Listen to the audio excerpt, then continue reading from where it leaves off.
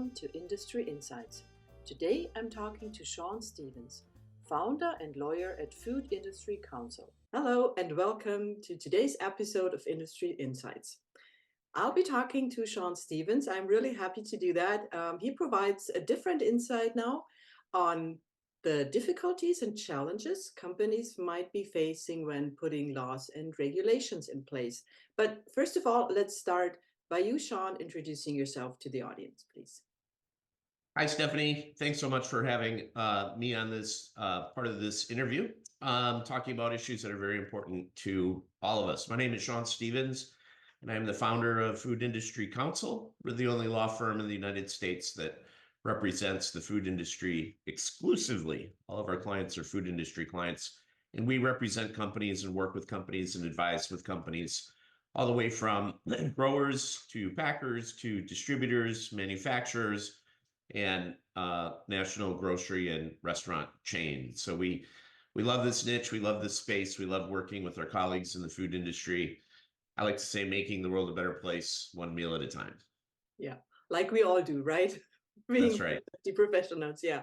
And I think it's so interesting specifically because I talked to Bill Mahler once and we did an interview. So having you now from kind of like the opposite side of the whole chain, provide your view and your insight, I think is just great. And I'm really happy to be able to talk with you about that topic today. Yeah, that's fabulous. And on the point of Bill Marler, I first met Bill 25 years ago in a matter where he was out. It was an E. coli 15787 outbreak, and he was representing some of the plaintiffs and had hundreds of cases over the course of the last 2.5 decades with Bill on the other side of the V. So I know Bill very, very well and his perspectives. And I'll say it's to a certain extent, it's somewhat interesting. If you listen to what Bill has to say and what I have to say when it comes to food safety, a lot of what we talk about, we really have the same message. We just have different audiences, and we talk using different terms. But at the end of the day, we're at least as far as you and I and our industry clients are all on the same page, trying to make the safest food possible. So we don't have to deal with people like Bill. Not commenting that, but I'm pretty sure that neither one of you will be put out of business pretty soon. Unfortunately, I might add. But yeah. Right. So what are the biggest challenges you would say for your clients to, keep up with the laws and putting everything in place? How are they struggling? What would you say?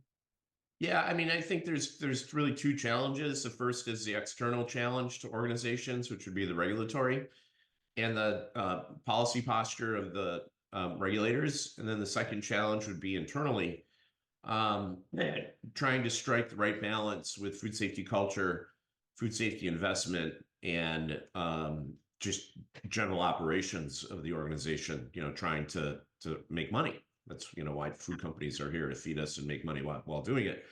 So on the external challenges, we see a lot of companies struggling with the new sort of FSMA hazard analysis and food safety control requirements when it comes to invisible pathogens like listeria, for example, in the environment, where FDA has really adopted a zero tolerance approach with respect to listeria in the environment where ready-to-eat foods are being processed. And oh, by the way, the definition of ready to eat is very, very expansive to include, frozen dough balls and frozen pizzas in some circles of FDA. But with in some cases, facilities which are legacy facilities using legacy equipment, it can be virtually impossible, extremely difficult, if not impossible, to eliminate resident strains of pathogens in the food processing environment. And the agency, FDA, has noted taken a very extreme approach. So if the agency is finding listeria, the same strain, by DNA in a facility over the course of subsequent visits, the FDA will treat that scenario very seriously and may even issue a warning letter to the company in question until they are able to eliminate the listeria from the legacy facility, which in all cases like I said, isn't very easy. Same thing with salmonella. So that's sort of the external influencers. Other regulations, of course, traceability with the new traceability requirements. What was the purpose of FSMA? I say it was Congress telling FDA to make foodborne illness stop. That's why we see all these sort of expanding regulations kind of focused on that. So companies have new, I guess, uh, as we look at the regulations and trying to comply with the regulatory requirements, that they have to spend more money, right? Yeah. And ensure that they're satisfying the complex requirements in the regulations. And then on the internal side and the culture side, we see that um, oftentimes food companies are being led by individuals who do not have deep food safety experience or food science experience, and they don't fully understand the consequences of things like having listeria intermittently or persistently in the environment, and are sometimes that don't have the appropriate motivation or haven't been given the appropriate incentive to invest additional dollars in food safety and sort of getting ahead of some of those issues, whether it's investing in new facilities, investing in new equipment, or even investing in human resources to ensure the products being produced are as safe as possible. And I can even imagine that sometimes those leaders may not have the exact knowledge of these things because they come from a completely different industry. And yeah, so they would have to rely on what others tell them, try to do enough research to figure out what do I have to do, what is necessary, what is needed. And so I think that there are often challenges for a person like that, and it doesn't have to be they don't need to be ill-minded, but it can just happen because they don't know better. They try to do their best, but they're just not equipped with the right knowledge or staff, either one. Yep, and I think part of it is, I'll say, our fault. And by our, I mean sort of everybody in the food industry, from the educators to the professionals to even the lawyers. It's to your point. You have a CEO who perhaps grew up being a CEO in the paint industry and was a really good CEO of a paint company, and was then recruited by a food company to come in and be at the helm of the ship. Yeah. And he or she has zero science background, and then he or she learns about, maybe a few months in on the job, learns about, oh, maybe there's some persistent listeria findings in the environment, and he or she hails the vice president of quality or regulatory or food safety or director of QA into their office and says, so if we're finding listeria in the environment, I've heard of listeria outbreaks, is that a problem? And the typical answer is no, not at all. I mean, we should expect to find listeria in the environment. It's everywhere. It's in the air, it's in the soil, it's in water. People carry it, comes in on raw materials, comes in on pallets. It's just, it's, if we're not finding it, we're doing something wrong. And then the CEO says, oh, okay, I'll move on to my next job, and I'm not going to think about this again Yeah. for the next 4 years. Yeah. And as a result, when the listeria trends then don't improve or even get worse, and finally a request is made to change out a piece of equipment or stop a line for a few days so it can be disassembled and sanitized, the answer is no, because we've trained our corporate leadership not to be worried about things like pathogens in the environment. And because of that, we've kind of tied our hands, I think, as an industry, in having the appropriate sort of motivation and incentive and culture to make those difficult investments to make sure that we don't have that bad day, right?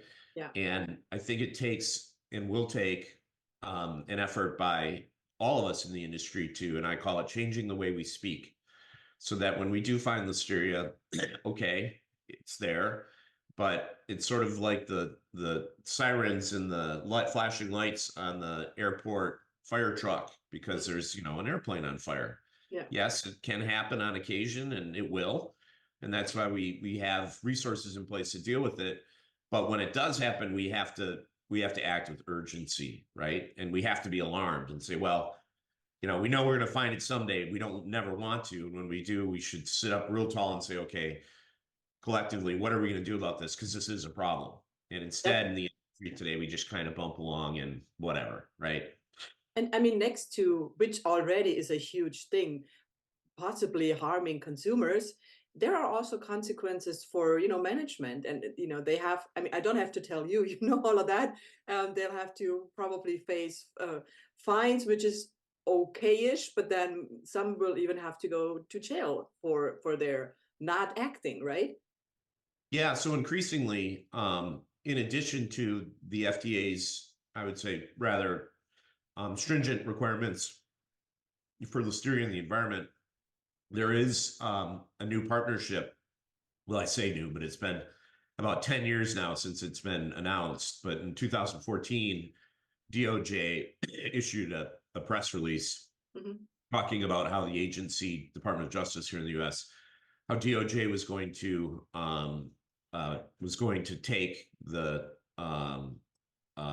fact of foodborne illness outbreaks very seriously, and that in the event there was ever an outbreak where a company's food products made people sick, that both FDA and if needed, DOJ would look very closely at the circumstances underlying that outbreak to determine whether there was any basis to bring enhanced civil or criminal charges against either the company itself or the individuals in the company. And the standards that the government has to prove, typically these types of charges are framed in the context of a misdemeanor, Hmm. not a felony. So there's no intent required, or the government doesn't have to prove that somebody has any intent to produce unsafe food. Rather, the elements are the individual, and this could be the vice president of food safety, it could be the CEO, it could be the chief operations officer, it could be, back frankly, it could be all of them, Yeah. theoretically. And the elements the government is required to chart or approve, must prove, are number one, the person, say the vice president of food safety or the CEO, the person was aware of a condition that could lead to food product contamination. So if the CEO is aware of, intermittent listeria findings in the environment, the government could argue that that CEO was aware of a condition, listeria in the food processing environment, that could lead to food product contamination. Number two, the person needs to be in the position to eliminate the offending condition, right? And in a position to eliminate the listeria from the environment. Well, the government would argue the CEO could very easily say, stop, we're not producing today, disassemble that equipment, have everything thoroughly cleaned and resanitized, and then put it back together, and then we can resume production when you're done. But if he or she decides not to do that, right, or not to invest sufficient resources to eliminate any niche organisms in the environment, they failed to eliminate the condition. So the second element is proven, Hmm. arguably. And the third element is they failed to do so, right? So they were in a position to eliminate the condition. They failed to do so, usually evidenced by people getting sick in an outbreak because the condition wasn't rectified early on, right? So Hmm. it's almost about taking affirmative acts to prevent something from happening, right? That hasn't happened yet.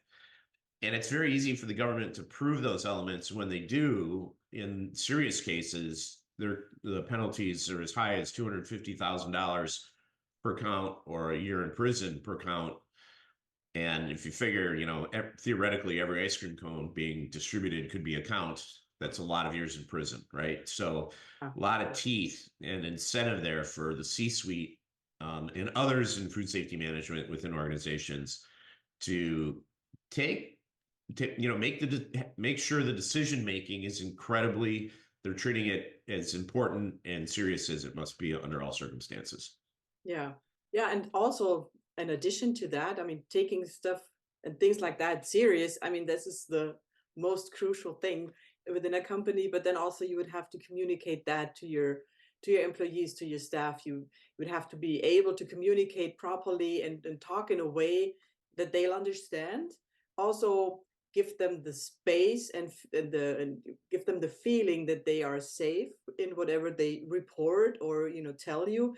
I mean, very often people working on the conveyor belt, they see something, but they don't do anything because they are afraid they might lose their job.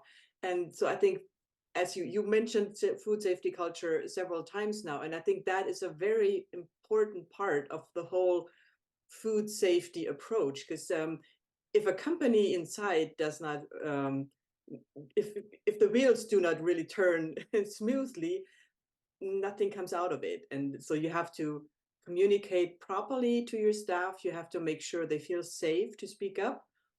Yeah, and what you also mentioned just now is being prepared. I think that is a very important point as well. I mean, you have to train your staff accordingly. You have, they need to know what to do if they need to recall a product. They need to feel safe and secure in acting, and they need to know where to get the data, how to communicate. So all these things should be implemented in a food company. And yeah, there's a lot of work still ahead of us, it seems, right? Yeah, I call it, teaching our employees not to be afraid, Yeah, to your point. And, it's and it's okay to tell an employee, listen, if you accidentally drop a pen into a bowl chopper, we we we embrace you, we beg you to let somebody know, because it's just going to cost us, a couple $100 for that, that now very small batch of affected product. yeah, But if that manages to get out the door and now it's distributed and we can't isolate with precision the moment that whatever occurred, we could be talking about, instead of $200, a $2 million recall. yeah, And that's where you can be a good employee and help us if, when we see mistakes being made. So I think it's critically important. I sometimes joke, in addition to teaching them to be, not be afraid of reporting things when they happen, we do have to teach them to be afraid of chopping off their fingertips, because we've seen some recalls where employees have lost their fingertips and the food product had to be eventually recalled. And why they didn't tell somebody immediately, I don't know, but yeah. it's happened. We'll Yeah, never so, find out. yeah, teach them to be afraid of hurting themselves, but not to be afraid of reporting things when they see things amiss. Wow. Wow. These people must surely be afraid of losing their job. I mean, there is no other explanation. Who would do such a thing to themselves? Wow. Right. Yeah. Well, but yeah, unfortunately, those companies and those cultures are still out there, and a lot of space for us to work on that and to train, educate, support. And yeah, I'm really wanted to thank you for the job you're doing, the support you're providing, and yeah, just helping to keep food safe. And that's a huge thing. And also, of course, today sharing your knowledge with me, with us, and yeah, just showing people that there are consequences and there are ways to get more knowledge and to yeah, have a safer environment. And I mean, things will always happen, we know that, but it's how you act upon an incident. That's, I think that's what really matters, and that's what defines a good company from a bad one. And so yeah, thank you very much, Shawn, for your time and for yeah taking it out of your, I'm sure, very, very busy day. And it's been a pleasure to having you Yeah. on the interview series. And maybe just to kind of come full circle, Yeah. to your point, about positioning yourself as best possible to make the right decisions. We spend a fair amount of time with companies and publicly doing mock criminal foodborne illness outbreak trials, where we have a fictional scenario involving a particular food company. My colleague will play the role of the DOJ, arguing that this company that caused an outbreak, the individual in charge should be prosecuted and found guilty. I play the role of the defense lawyer, Hmm. arguing why the company should not be found guilty. And then the audience, typically a C-suite of a company, they are the jurors. Hmm. And following the arguments of the lawyers, the jurors then sit and deliberate, and then we talk it through. And it's an important exercise because, like I always say, when we're sitting on the fence trying to make those very difficult decisions with respect to, do we, for example, low risk, high cost, do we release the product or do we recall the product? What is our course of action? Um, we've got, let's say, 100 lenses through which we look at that challenge. And it might be our education, our upbringing, what happened to us when we were kids, our professional experience, the jobs that we've had, our education in the way of, food safety, professional improvement, all those things, right? 100 lenses. But sitting through one of these trials and seeing how the emails within the corporation are used against it and the text messages between individuals gives the audience another lens. So now we have 101 lenses. Mhm. So when we're faced with those really difficult food safety decisions, we're better equipped to remember that experience and the consequences that could result if we make the wrong decision. And I'll always tie things up by saying, when we are in those difficult spots, if we ask ourselves this question and we're honest about the answer, we'll always get to the right place. And that's, what would 12 jurors think, right? If we ask that question, we'll Yeah. always make the right decision. Yeah. Wow, that's been a really great addition. Thank you for adding that. Yeah. And so I think this is a valid question for everyone. And if we go with that, hopefully there will be less recalls, less incidents, and the world will be a better place. One meal at a time. Exactly, exactly. So again, thank you very much, Shawn. And Mhm. yeah, have a great day. I'm happy to have had you, and maybe we'll do another interview um, anytime soon. Thank you so Sounds much. great. Yeah, Thanks, Stephanie. thank you. Bye. Bye. This has been today's episode of Industry Insights with my guest, Shawn Stevens. Thanks for your attention and see you again soon. Bye.